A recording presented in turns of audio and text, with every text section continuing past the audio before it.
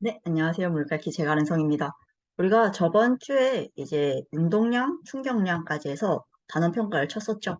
그래서 그러니까 수업 시간 이제 다 풀이도 했지만 그래도 복습할 수 있는 학생들이 있으니까 제가 풀이 영상도 찍어서 올려놓도록 하겠습니다. 그래서 1번 문제 같은 경우에는 이제 벡터의 합을 구하는 문제입니다. 물리 2에 나왔던 문제죠.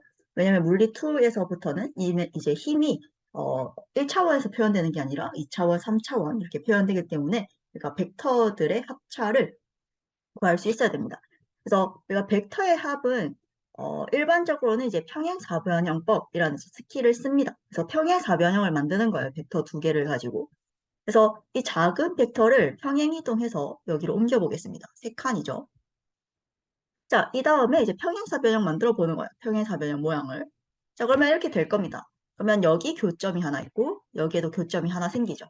그러면 우리가 이 교점에서 교점까지 이렇게 벡터, 화살표를 긋게 되면 이제 벡터의 합이 표현된 겁니다. 자, 두 번째 것도 봅시다. 자, 두 번째 거는 이제 표현을 하려면 얘가 그 칸을 벗어나게 되니까 원래 평행 이동을 먼저 시켜놓고 제가 그림을 그릴게요. 그래서 여기로 평행 이동을 시킬게요. 큰 녀석을. 그러면 여기까지가 되겠네요. 그래서 큰 녀석은 이렇게 평행 이동 가능할 겁니다. 그리고 이제 작은 녀석을 붙여보겠습니다. 꼬리에. 자, 그러면 이렇게 되겠죠. 여기로. 그리고 평행사변형을 그리면 이렇게 그려질 겁니다. 그러면 여기가 교점, 여기가 교점. 거기까지 화살표를 그으면 짠! 벡터의 합. 마지막 문제도 마찬가지인데 이제 마지막 문제 같은 경우에는 2차원이라 다름없죠. 그래서 요만큼이 딱 정확히 사라지게 됩니다. 그러면 요것만 남아있는 거죠. 그래서 벡터를 이렇게 표시하면 됩니다. 자, 2번 문제 봅시다. 얘는 이제 속도 시간 그래프예요. 우리한테 익숙한 그래프죠. 정보를 많이 줄 수 있고. 그래서 속도 시간 그래프에서 움직임 거리는 넓이를 구하면 되는 거니까 우리가 넓이를 잘 구할 수 있게 좀 쪼개봅시다. 자, 그러면 사각형의 넓이 여기 80이고 위에 삼각형은 6 곱하기 10의 절반 30이겠네요. 여기는 10. 그래서 120m 이동했다. 이렇게 구하면 됩니다. 자, 3번 봅시다. 3번은 속도 시간 그래프인데 이 그래프를 거리 시간 그래프 혹은 가속도 시간 그래프로 변환하는 문제죠. 그래서 거리는 2초 동안 이 넓이가 20이니까 20 갑니다. 2에서 4초 동안은 40 가죠. 4에서 6까지도 20 갑니다. 근데 이제 좀 A 구간과 C 구간이 다른 거는 A는 속도가 증가하고 있고 C는 속도가 감소해서 결국 0에 다다란다는 거. 그러면은 시간 거리 그래프에서는 우리가 속도가 기울기에 해당되니까 A 구간 같은 경우에는 기울기가 점점 가팔라지도록 이렇게 그려야 되겠죠? 그렇게 해서 결국 20까지 올라갑니다. B 구간에서는 일정한 속도를 가지니까 거리가 일정하게 증가를 하겠죠? 그래서 40을 더하면 60까지. C에서도 20을 더하게 돼요. 그래서 80까지 올라갈 건데 기울기가 점점 감소하면서 결국 0이 돼야 되니까 이러한 곡선이 그려지면서 80까지 올라가게 되죠. 자, 가속도 같은 경우에는 속도 시간 그래프에서 기울기에 해당됩니다. 그래서 이 기울기는 10이고 여기는 0이고 얘는 마이너스 10이죠. 그래서 10이고 마이너스 0이고 0이고 마이너스 10이고 이렇게 그리면 정답입니다. 자, 4번 봅시다. 4번은 가속도 시간 그래프가 주어져 있고 우리는 이제 얘를 속도 시간 그래프로 고쳐서 뭔가 정보를 얻어야 되는 문제입니다.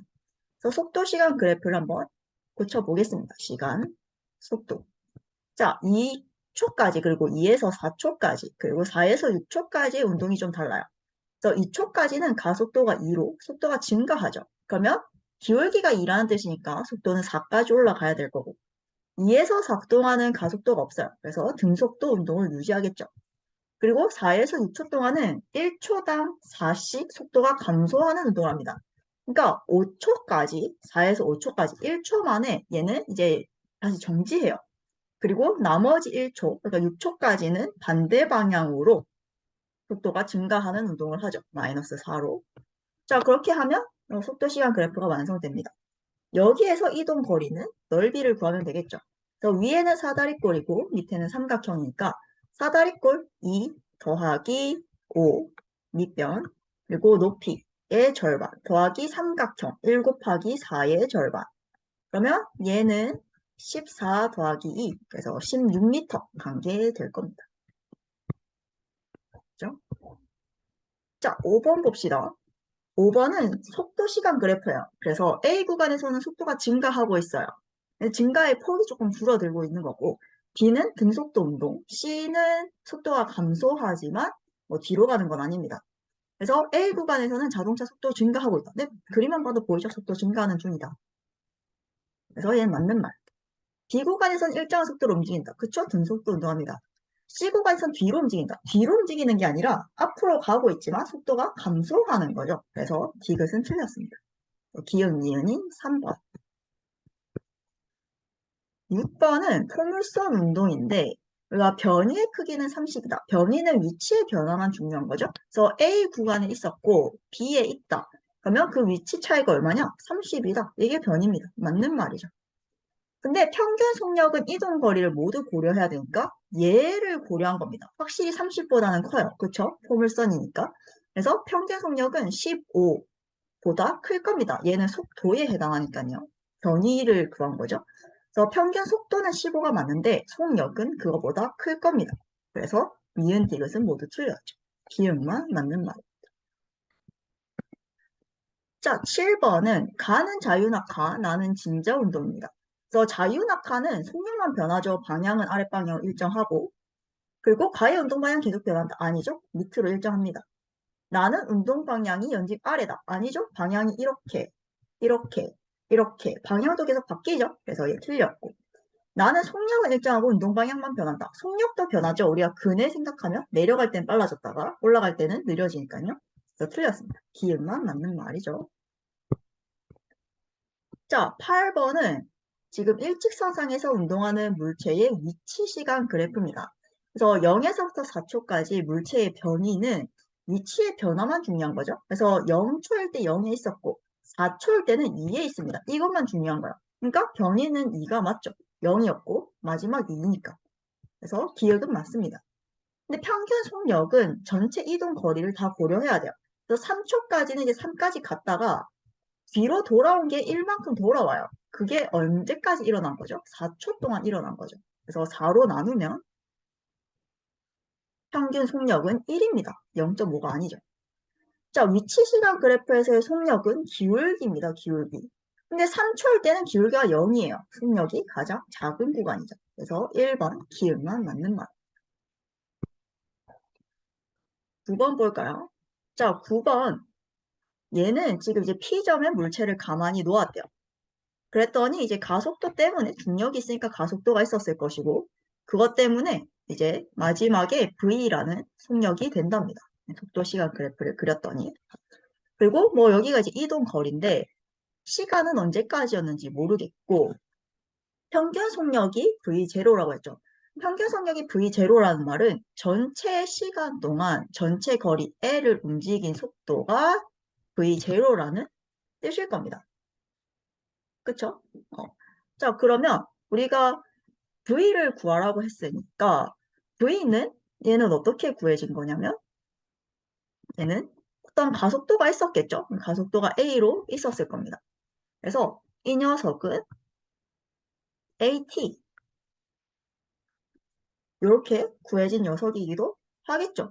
혹은 지금 L이라는 녀석은 2분의 VT이기도 해요. 얘가 L이죠.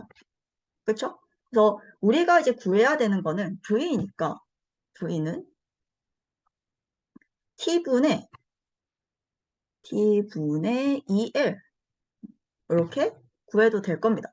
그러면 여기에서 T분의 L이 V0였잖아요. V0 넣으면 V는 2V0 이렇게 나오겠죠.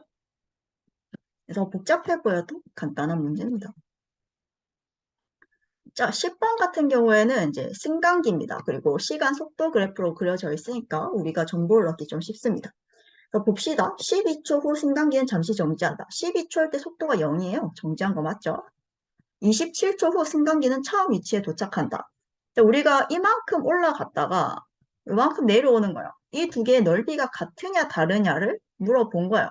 넓이가 다르죠? 왜냐면 얘는 6 더하기 12 곱하기 2의 절반이니까 올라갈 때는 18m 올라갔고 밑에 거 같은 경우에는 3 더하기 9의 곱하기 2의 절반이니까 12m 내려왔어요. 다르죠? 처음 위치로 도착할 수 없습니다.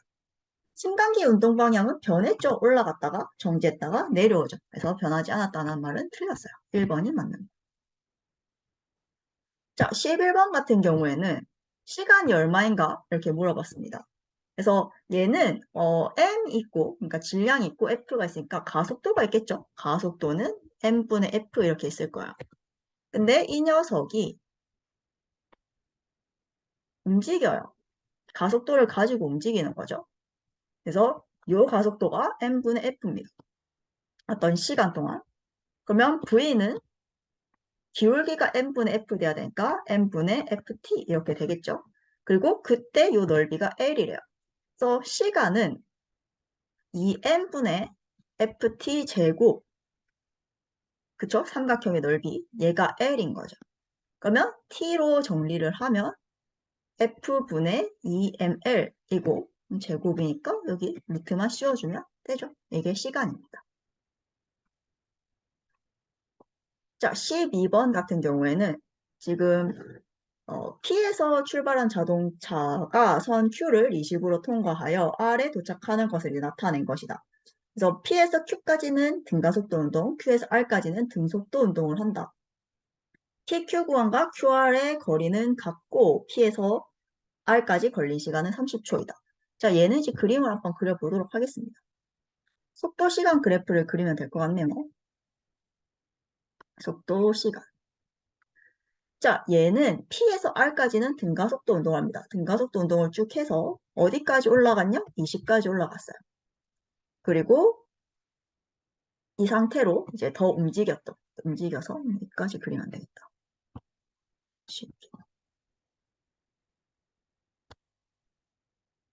더 움직여서 갔습니다. 그래서 여기까지 이제 30 걸렸다.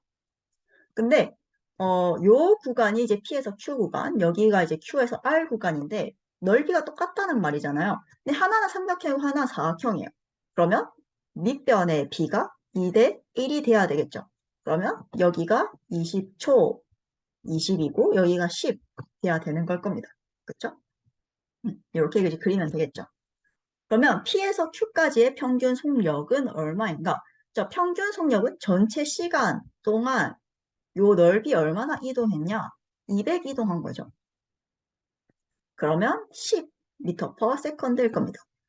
자, P에서 Q까지의 가속도의 크기, 얘 기울기일 겁니다. 기울기 1이죠. 1m/s 제곱.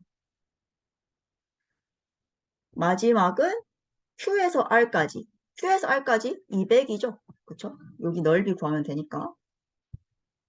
Q에서 R까지의 요 넓이 200이죠. 그래서 얘는 200.